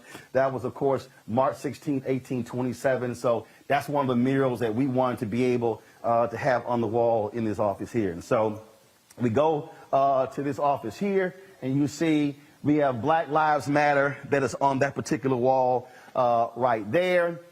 This was the first mural, Black Star Network, curated by Roland S. Martin. So that's one of our murals right there. Y'all know how I feel about Black-owned media. Y'all can tell this is my office. We still putting stuff up. Here's some Tiger Woods photos that I shot. And so I wanted to pay homage to Black-owned media. So we put together this mural here, and you see Frederick Douglass is the North Star, the Tulsa Star, Negro Digest, Atlanta Daily World, of course, the Pittsburgh Courier. You see here Emerge Magazine, BET, Jet Magazine, TV One, WGPR TV, the first Black-owned TV station in the country, Emerge, Ebony, Dallas Weekly, where I used to work, be managing editor, again, Savoy Magazine, where I was a news editor there, Black Enterprise, Chicago Defender, where I was there as well. And again, so we put this together, WERD Radio, TV One is on here as well. Shout out to Kathy Hughes, who watches our show. And so we wanted this to, again, to pay respect to Black-owned media. And so that's why we put this particular collage together as well. And so we're going to go back out here. Let's see here. We got two more murals to actually show you. And so in this office here, that's our equipment room, all our gear. So y'all know, look, I ain't got no problem being on hashtag Team Jesus. And so that's Joshua 24:15. As for me and my household, we will serve the Lord. And so that mural, of course, had to be in here. And then, of course, I got to pay respects to Latasha Brown, Cliff Albright, and Black Voters Matter. And so, you know, we always talking about Black voters and how important that is. And so we got that mural there as well. And so folks, what you see here, I'm going to bring in Faraji, Greg, and Reese as well. I told y'all we got some great things that we're doing. And so in the next month, we already have Rolling with Roland, the 1-hour interview show that you see on. We got Richard Lawson, the interview we launched last night. We're showing that particular interview. My wife, Reverend Dr. Jackie Hood Martin, is going to be having a weekly show called Fulfill, the Art and Joy of Balanced Living. We're going to be doing that show. My man Greg Carr is going to be doing a show, a weekly show on the Black Star Network called The Black Table. He's going to be doing that. Faraji Muhammad is going to have a daily show that's going to be For the Culture with Faraji Muhammad. And so I'm going to announce the other shows a little bit later. But I need y'all to understand the whole point here was for us, when you're talking about building a house, you cannot have a great house unless you have a fantastic foundation. You can have the most gorgeous design house. You can have great furniture, all that sort of stuff in your house. But here's the problem. If the foundation is jacked up, the house can be condemned because of a bad foundation. And that's why we said we have to have our strong location. That's why all of our technical stuff, our streaming equipment, all of those things, having a strong control room to be able to run all these things through was critically important. And so this also allows for us, as I said, to have different looks for different purposes. Green screen, the love wall, the photos of the artists, the set piece over here, the living room that we're going to have in here, this piece right here. When we have our Fit, Live, Win segments, we can literally do those segments in this space right here, or we can do them over there, or we can actually do. So versus having somebody on who's sitting here talking about exercises, we can actually do the exercises. Oh, there's some other art pieces in here. This is a piece of Ted Ellis. I spoke to the Jack Yates High School, one of the classes, and so they gave me that as a gift, a photo that Ted Ellis did of Obama as one of his pieces. These are some other photos in here. These are some photos that I shot of Hillary Clinton when she came through Dallas, the South Dallas Cultural Center. We got those photos there. This is a great piece over here. I got this in the Tom Joyner Morning Show cruise. This art, I loved it. It's actually on leather. And what's cool though is you can turn it, you can have it vertical and you see the piece here, but then if I turn it horizontal, you see the additional faces here. And so I I just love the color, and I said we got to do that. And then we put some other stuff up in here. When the Urban League honored me, they put together this whole collage of my career, and so we have, which literally all the places I've worked and different achievements. That's the St. Louis area Urban League, and so that's what we have there. And so, again, the thing here, Greg, Reese, and Faraji, the whole point was to be able to take one space, to be able to do multiple things at one time in order to be able to maximize the space, maximize our resources, and be able to do, not just have sort of one look. What y'all think? Bravo. What do we think? Congratulations, fellas, Dr. Carr and Faraji. Breaking news, at least from as far as what I know. So maybe y'all will have me on the show. Oh, look, you know you be on all the shows, Reese. Yeah, you know what I'm saying? I just assume, you know, I'm waiting for that breaking news. I was like, wow, Roland, that was, man. And then everybody, when you said that going into the control center and you said, this is where y'all's money is going. This is, people have to understand, this is, I mean, you didn't have this kind of flexibility at TV One. You've never had it anywhere. No, we didn't. No, we tried to. I mean, I can tell you there were talks about us creating our own studio. I wanted to do it. My executive producer wanted to do it. You know, the decision was made not to do it. We knew the severe limitations we had. So here's the deal. If we wanted to do a one-on-one interview with somebody when I was at TV One, we had to go somewhere else to do it. We now can actually do it in this space. In fact, there's somebody doing a documentary on the Harry Belafonte. And they hit up my assistant. They said, well, they want to do the interview. I said, they could say, can we do it at your office? Yeah, we're going to do it right here in front of the Harry Belafonte piece. And so we can do one-on-one interviews in here. We can do multiple interviews in here. Again, we can create, once we pass, you know, whatever we're dealing with COVID, we can have a studio audience in here. So that was the whole point. Being able to, and so the vision was, and I'm telling you, every place that we looked, I walked into places, I'm like, that's not it. They had too many walls or whatever. I said, all I need is one big ass room. I did. I said, just give me one big room and I'm gonna figure everything else out. And the benefit for us here was having all these offices with the glass walls. And then my whole deal was, I'm telling you, the moment we walked in here, the first thing I said was, I'm putting LED lighting in here and I'm gonna use the offices as part of the set. So the whole idea here, because like when you talk about television, they always like, because like even when they're like, well, do we show the control room? Yes, that's shot, that's gonna be, the control room is gonna be in the background. So everything, so the idea was to create a space that was sort of like this celebration of Black art, that also, everything is all incorporated and we can all have all the different looks and stuff like that. And so that's really what it was about. Man, brother, you know what I was thinking, looking at the work by Brother Hills and the young sister Sophia Dawson, who all those websites, Leroy Campbell, my colleague Harlan Penn, everything in there. And I know you did that with none of this in mind, But I'm sure there are people watching saying, "Oh, I need that on a hoodie." Or I need that in my house. You might have to monetize. Look, that Black media collage I'm thinking to myself, bruh, we gotta shit. And everything in there is 100% Black. Everybody giving smoke. Oh, yeah. Yeah, the music pieces, it was a white artist in LA. They were just too powerful. I said, got to get them. But everything else, and here's the deal. Shout out to Blakon Media. They actually did our control room, a Black-owned engineering firm out of Atlanta. And so that was the point that I was trying to explain to folks that I want y'all to understand. So lighting company, African-American owned. Drake company, African-American owned. A set designer, African-American.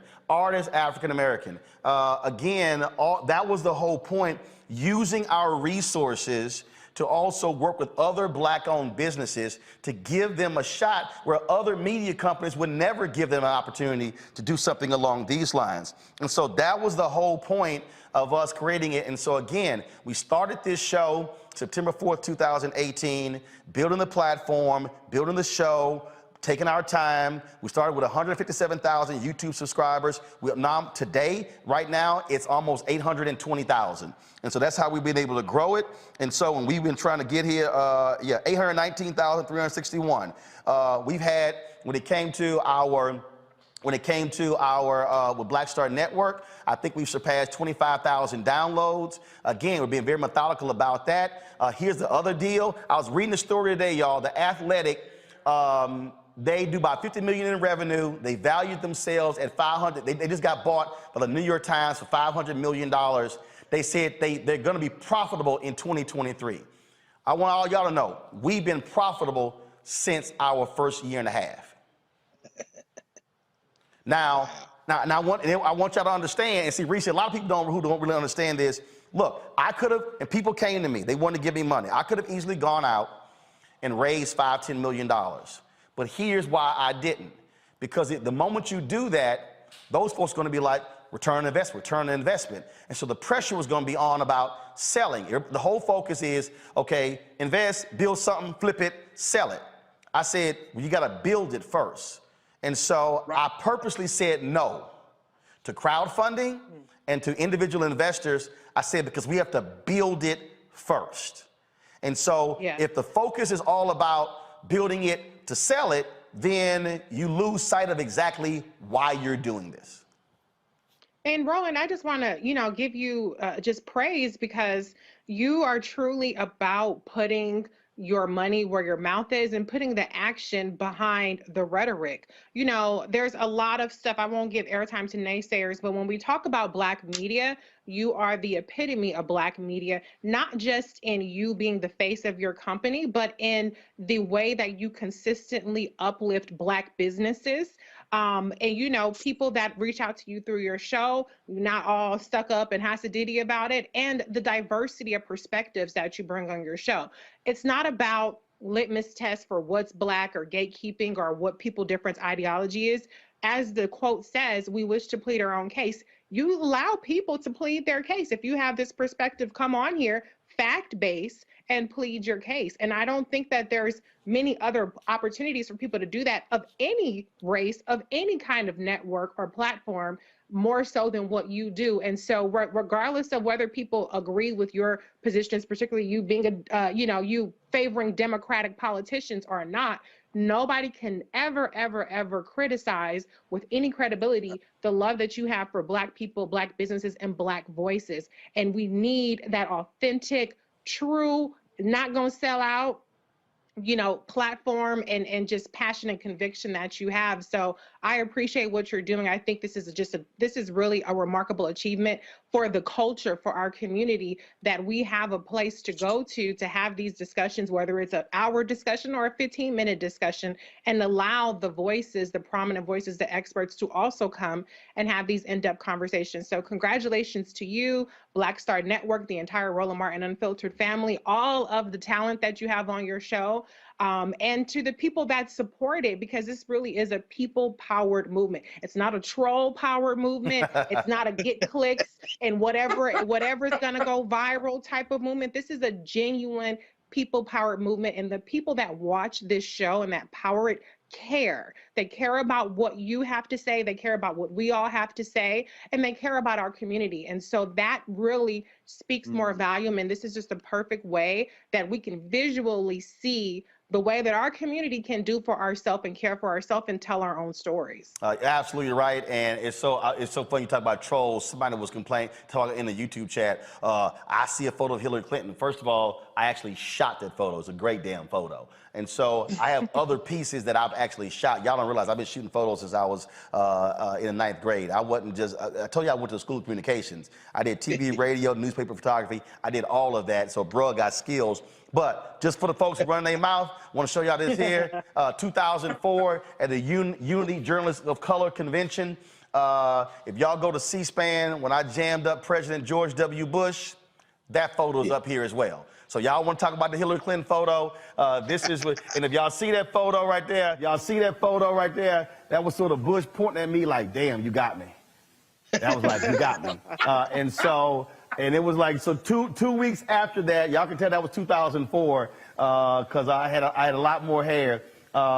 2 weeks after this is when I got this in the mail, autographed photo from President George W. Bush for that. And so, again, we ain't got a problem talking to Democrats, Republicans, everybody. And the other thing, you know, Faraji, the other point about it, there are African Americans who are in media who I know and who already reached out. They said, hey, you know what, who need a space to do interviews or do something when they come to town. And so the people who I know personally, that's the other thing that I need people to understand. They now they can hit me up. They can say, hey, I want to do this. Can I do it in your space? We also have the ability to actually rent the space out to folks who want to shoot projects or whatever. And that's the thing that people have to understand. You can't talk about all these folks running around hollering they black media when they're not out here actually doing the work. You don't see them on the road. That's why we got the Roll-Mobile, the Sprinter. That's why we got 2 live view units. And so we've invested, I mean, this was a $250,000 project. Mm-hmm. People got to understand that. And so when people heard me talking about advertising sponsors, why they got to support black-owned media, I was literally on the phone today with a reporter for a major newspaper, and we've been pressing the case because we cannot tell our own story if we can't pay for it. And black people have got to stop saying, man, you know, we do a whole lot with nothing. How about we do a whole lot with a lot more? What a whole Come on. And you know what? Real talk, Brother Roland, what you're talking about is institution building. I mean, that's what it comes down to. What you're talking about, and I always appreciate and respect those who are able to get out and get the land, get the real estate that they need to build their dreams upon. You own a space with that much diversity, from the green screen to the living room scene to the to all of the beautiful murals and all of the wonderful and beautiful paintings. I was just telling my wife, she's a black artist. I was like, man, Roland is doing it. Look at these pieces. I mean, of Mr. B and Ida B. Wells. I mean, it just goes to show you that this is the institution. And to be, and I mean, I don't think we can kind of gloss over this, Brother Roland family. The fact that you're on Black Lives Matter Plaza, a couple of blocks from the White House, talking about the issues that are affecting black people in this country, and you're that close to where those conversations are really happening, you're that close to the Congress, that's not happenstance. This is not, oh, we just going to do this and then move on to something else. This is legacy building right here. And if there isn't any legacy, then guess what's going to happen? Our children can't benefit from that. And that's what I'm that's what I'm looking at right at this point. The fact is that your children and your nieces and nephew and grandchildren, hell, even my children, we're going to be like, man, I remember when Daddy used to work here. So all of that. So, you know, I mean, it's just about institutional building. And to say that we are just beyond proud of you, and I'm very, very humbled to be a part of the Black Star Network family, is an understatement. I am completely humbled by this. Well, I'm gonna show you. We want to talk about you know how God works, and so I'm gonna show y'all this. Because I'm telling y'all need to understand how this works. So I'm gonna show you, Antoine. Come on. So y'all need to realize that. Okay. We were looking for, we had a hellacious time trying to find an office space in 2018. We were looking everywhere, so many places fell through. And I was on a board call of 50CAN, Education Reform Group. It was May. And on the call, they were talking about making cuts, money had been down. They were talking about subleasing the office space, or they were talking about literally going to WeWorks. And I said, damn. I said, you know, they got that open space. We could do the show there. And so we got to talking. And so that's what happened. And so in our old space, y'all, we had one office that had, our 3 staffers in it, with another office that was mine, and the office that was next to me, the large office, that was our control room.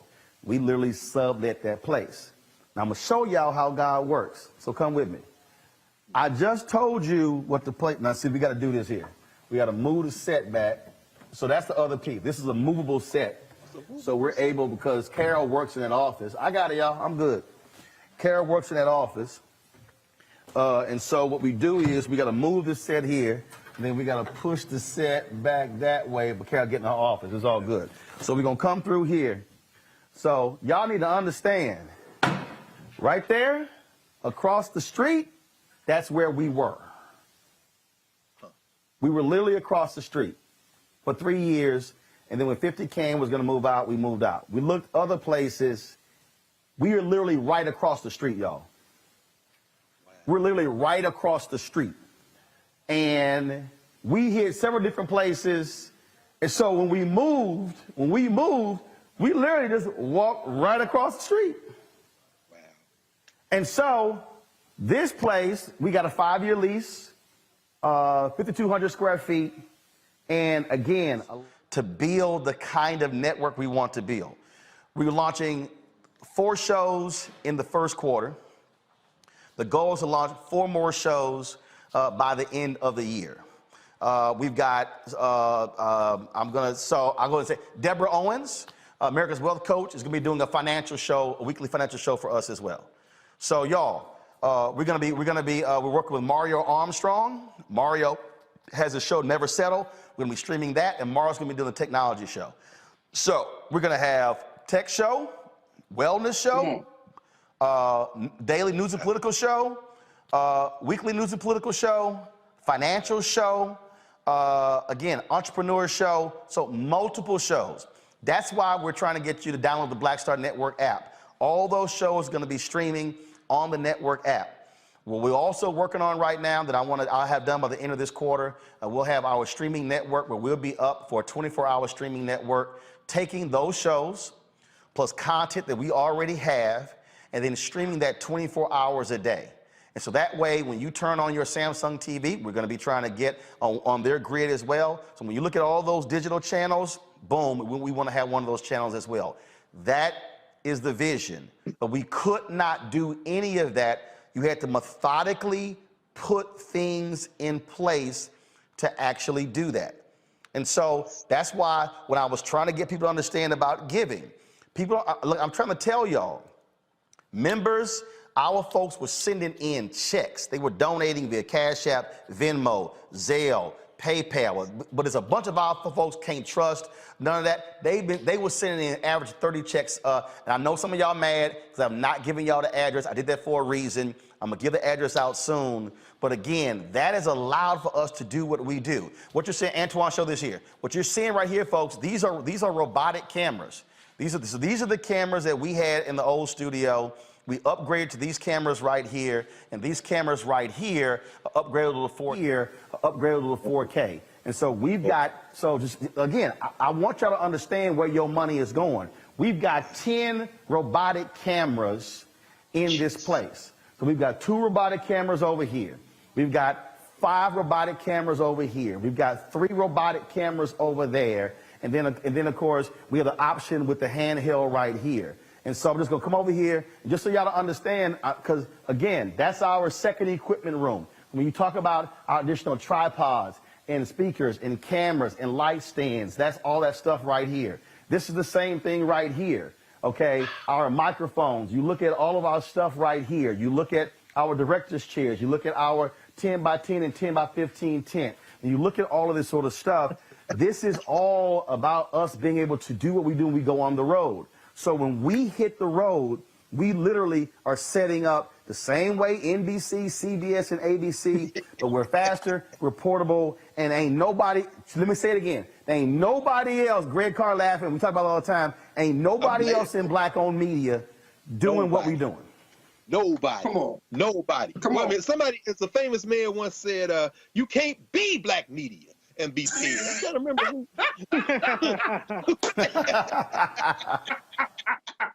Man, brother, I ain't got no words. There's nobody in the world. I mean, I'm thinking, this is worldwide, man.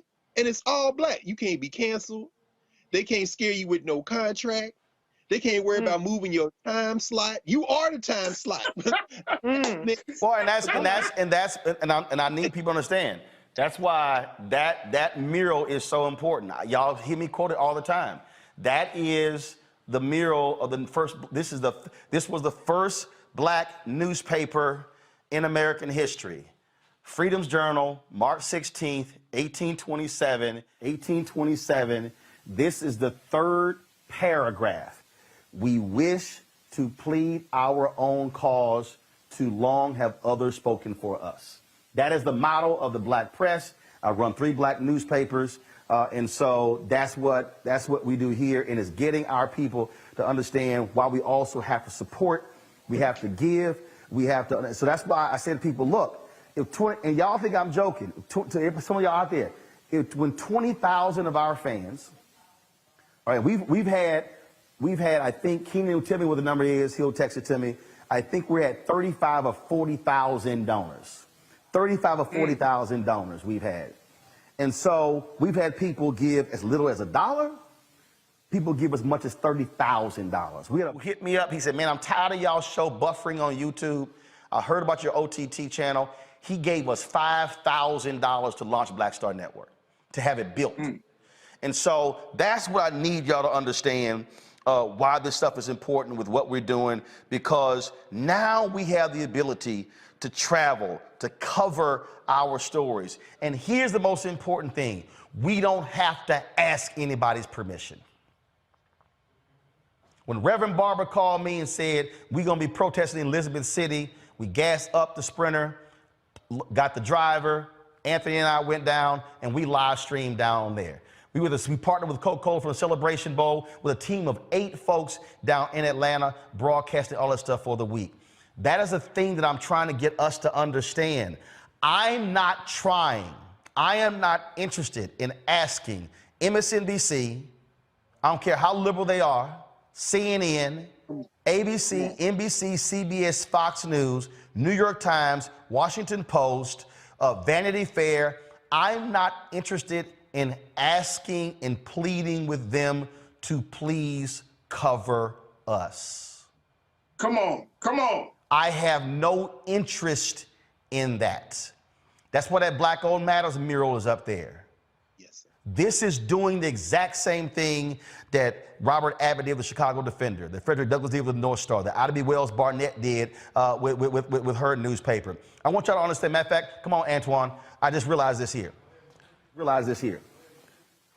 Ida B. Wells Barnett's newspaper was burned down by white supremacists because, and there are no copies available of her newspaper. And I'm looking for it in here. Just so y'all know, we could not find a copy of her newspaper, but we made sure the name of her newspaper is on this wall, the Memphis Free Speech and Headlight.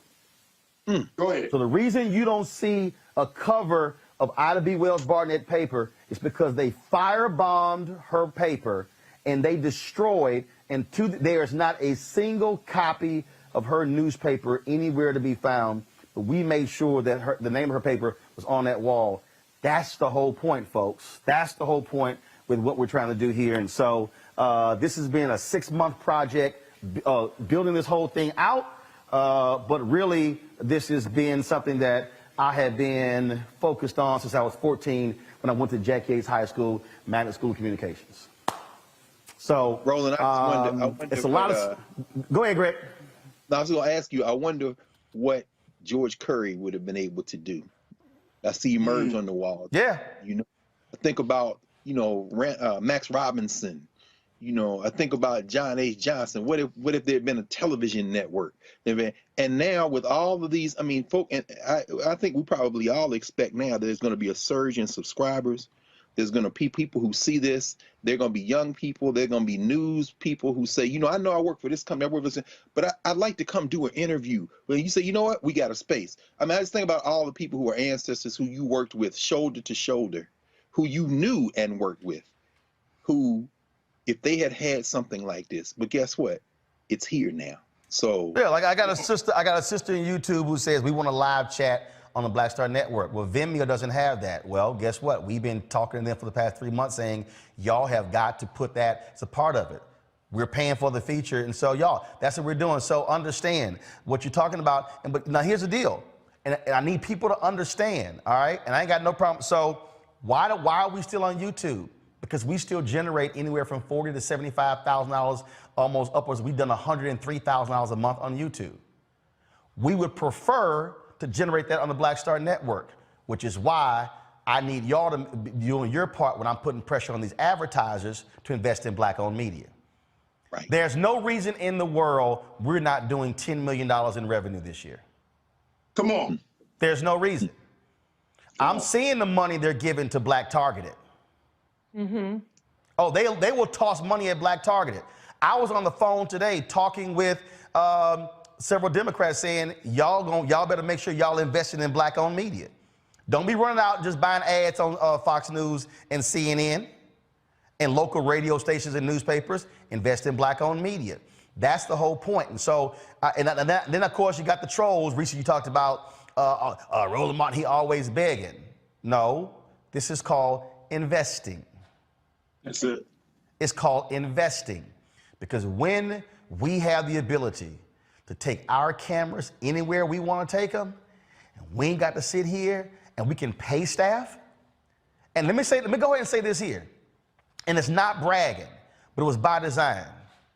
Ain't nobody who works on this staff, not one person, been paid late. Come on. Right. Come on. Come on. Now, there's a whole bunch of other places can't say that. But, and I've worked for them. I work for them. They can't say that. We've been profitable since we were a year and a half old. And look, our first year was not easy. I personally invested $391,000 of my speaker fee money into the company to make sure staff got paid. Wow. I didn't have a CNN salary. I didn't have that TV One check. The Tom Joyner check, I ain't got a problem. When I started with Tom Joyner in 2008, it was $250,000. When it ended in 2019, it was down to $41,000. We started this in September 4, 2018. So what I need y'all to understand is our donors, they got us through. I told y'all in 2020, they gave $672,000.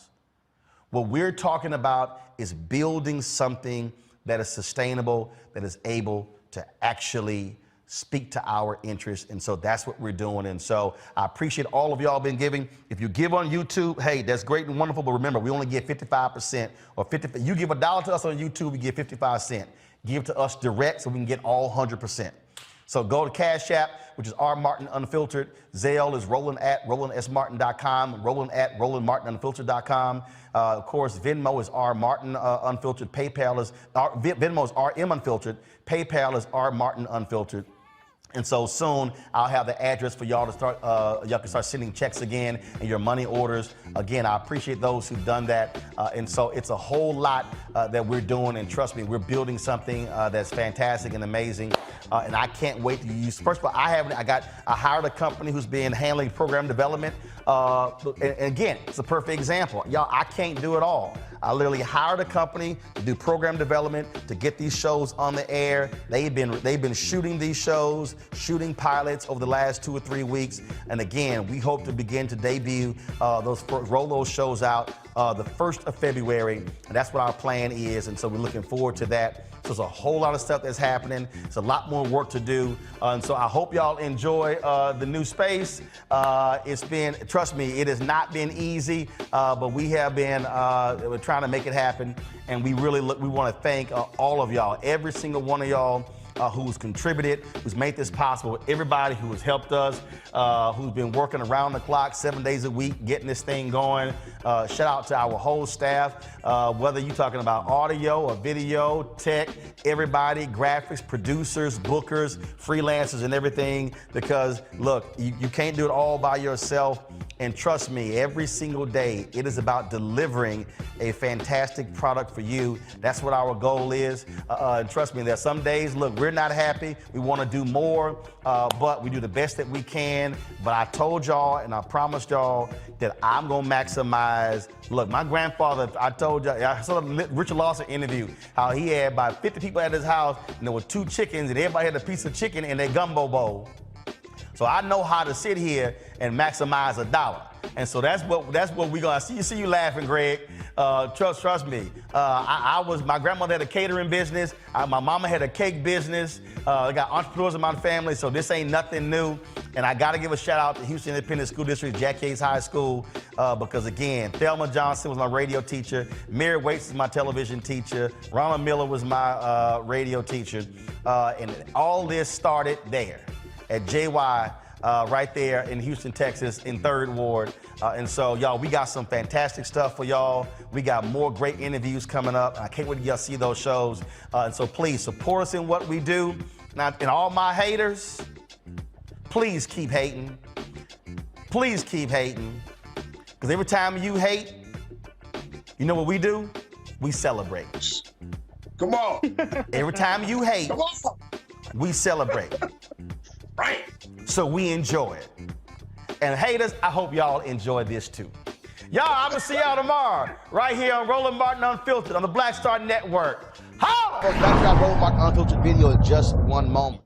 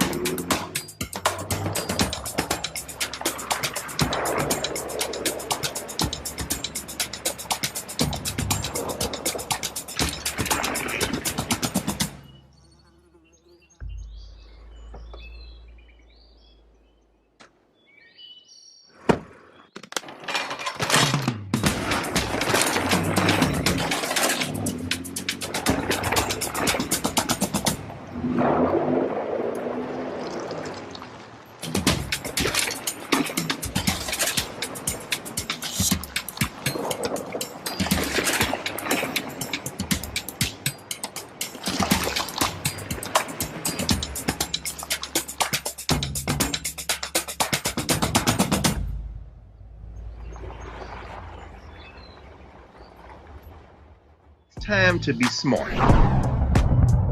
Roland Martin's doing this every day. Oh, no punches! Thank you, Roland Martin, for always giving voice to the issues. Look for Roland Martin in the whirlwind, to quote Marcus Garvey again. The video looks phenomenal, so I'm really excited to see it on my big screen. Support this man, Black Media. He makes sure that our stories are told. See, this difference between Black Star Network and Black-owned media and something like CNN. I got to defer to the brilliance of Dr. Carr and to the brilliance of the Black Star Network. I am rolling with Roland all the way. Honored to be on a show that you own. A black man owns the show. Folks, Black Star Network is here. I'm real revolutionary right now. Roland was amazing on there. Stay black. I love y'all. I can't commend you enough about this platform that you've created for us to be able to share who we are, what we're doing in the world, and the impact that we're having. Let's be smart. Bring your eyeballs home. You can't be Black-owned media and be scared. You dig?